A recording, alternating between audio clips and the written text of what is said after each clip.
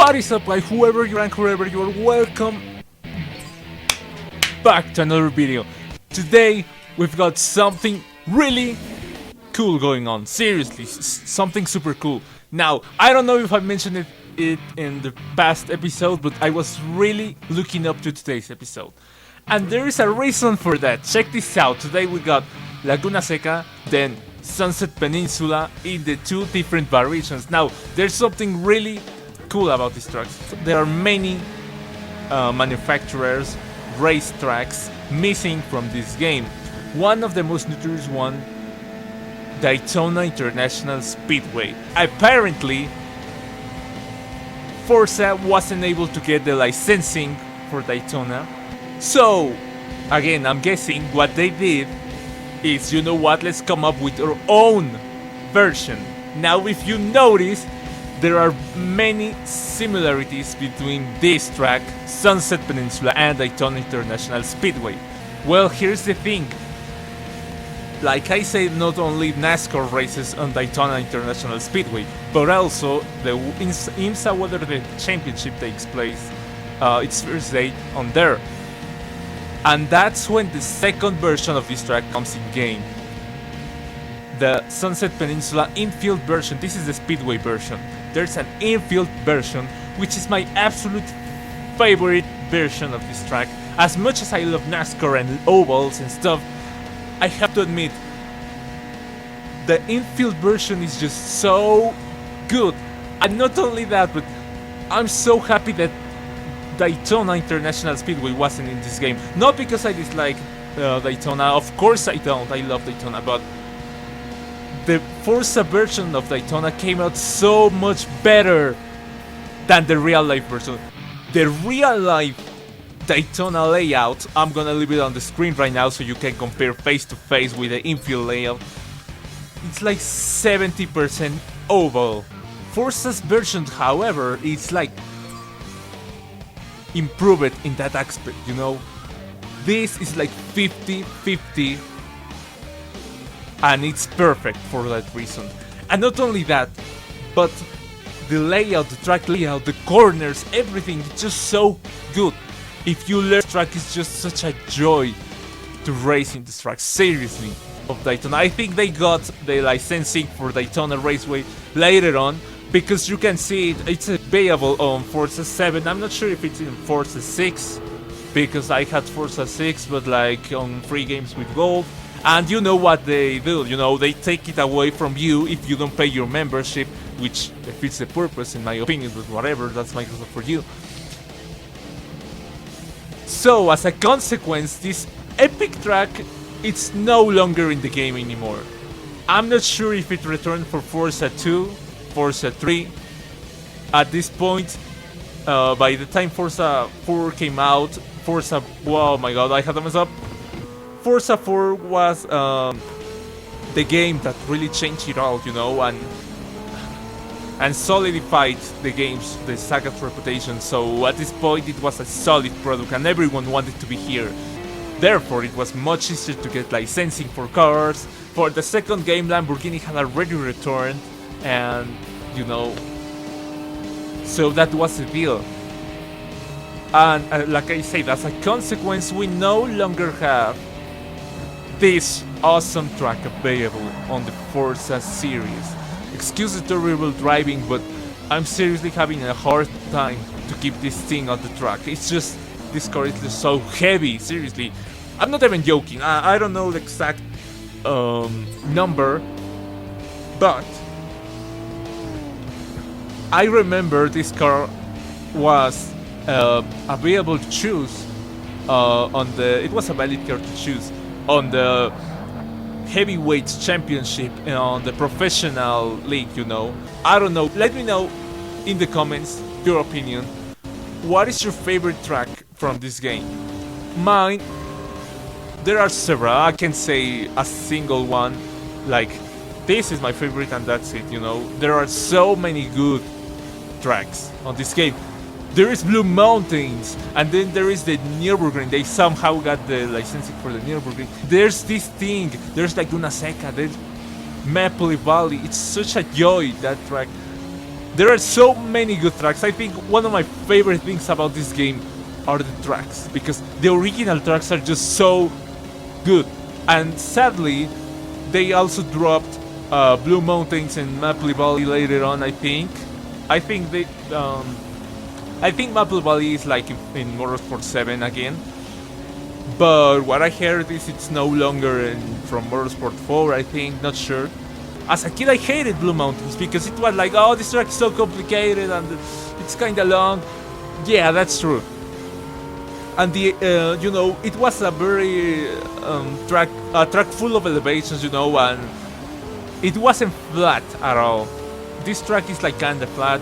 You have the oval parts, but other than that, it's flat, which is cool. Like I said, this is one of my favorite tracks, so I'm not gonna bash it for that. But yeah, oh come on, I had the hope of beating this guy, but whatever. But yeah, and now that I'm grown up, I totally can appreciate the art that is the Blue Mountains track. And this one, as a child, it didn't really cross my mind, because you know, even though I was into NASCAR and that kind of thing, I was like, I just failed to connect the dots, you know. I just didn't realize that it was going to be Daytona International Speedway on both layouts. And oh, we have another monotone right here, a grid right here. We have SLR, then this is Skylines in front of us, and then the Corvettes. Oh my god, this is like part 2 of the Corvette versus Mercedes battle, except this time there are 2 Skylines added to the equation. Oh my goodness, I had to mess it up. Alright boys, let's recover from this. I think we can totally do this, I'm confident. This car, not even gonna lie, this is kinda hard to drive. And this kinda car is always like, you're going around the corner and then you think you're safe to push it on the throttle, and you know, and turns out no, it's too early and you have to compensate a lot for that. And as a result, you are exceeding the corners way slower, and you are either slow because you're careful and you don't want to drive too fast, or you're slow because you went too fast and then you crashed against something or someone, and then it's over for you. Alright boys, so it's done. We failed in both races, in Infield and Laguna Seca. I'm gonna go ahead and blame the car, because it was not great. Both cars were, you know, they were lacking a bit. No secret. So I'm gonna go ahead and retry. Don't worry, I'm gonna crop up a lot out of it so that it doesn't make for a long episode. I believe every car can be driven to the limits by the right driver, and in this case I'm not the right driver. I mean, it would take me a lot to get used to it.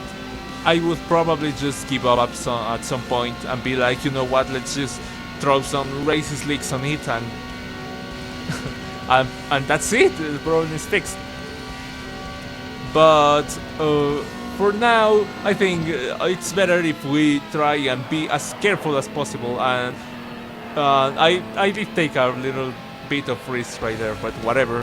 One of the biggest things this game is lacking, hear me out, this game has 4 different gameplay modes. There's arcade mode, and then there's career mode, total expected, and then there's time trials, again kind of expected, and then there's a 4th mode which is free run. You can do whatever you want, whatever you want, but it has one major flaw.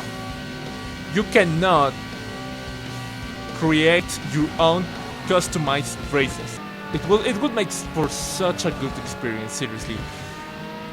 Like, there are like 3... No, never mind. There are several endurance... There are like 10. There are like 10 endurance races throughout the game, on the story mode.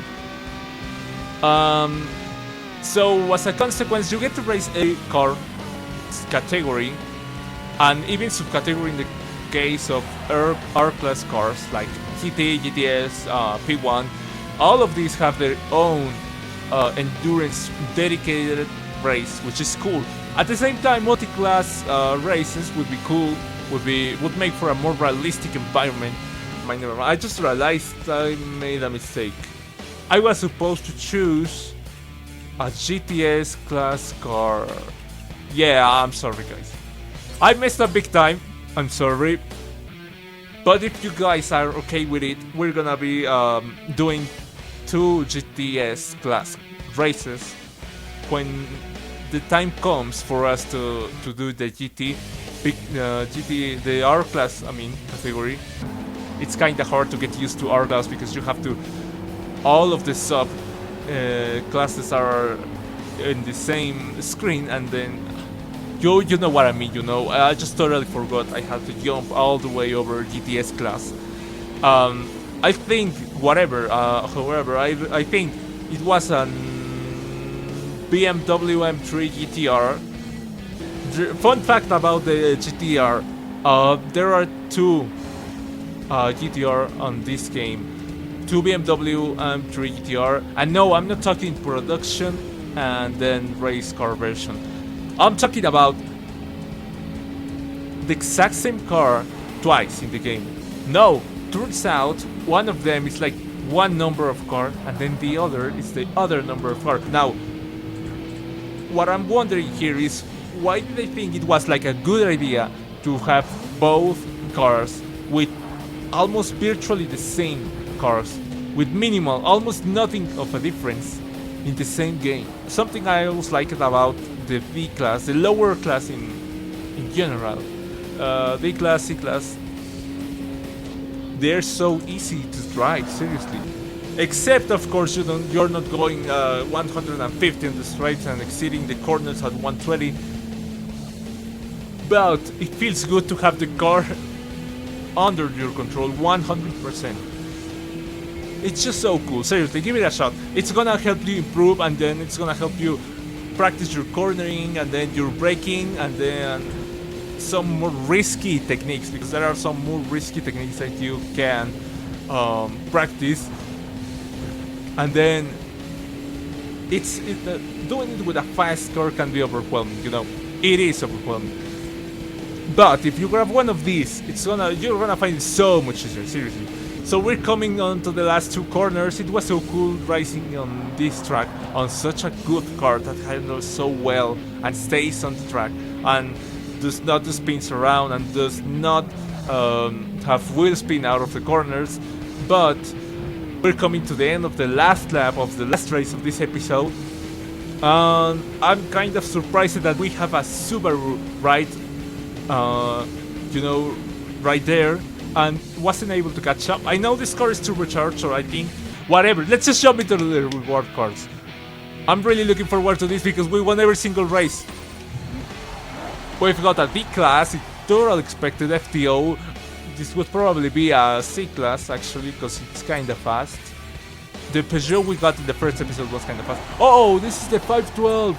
I was not expecting that. I was not expecting such a... Oh, we got ITTs. Oh! It's the Corvette C5R.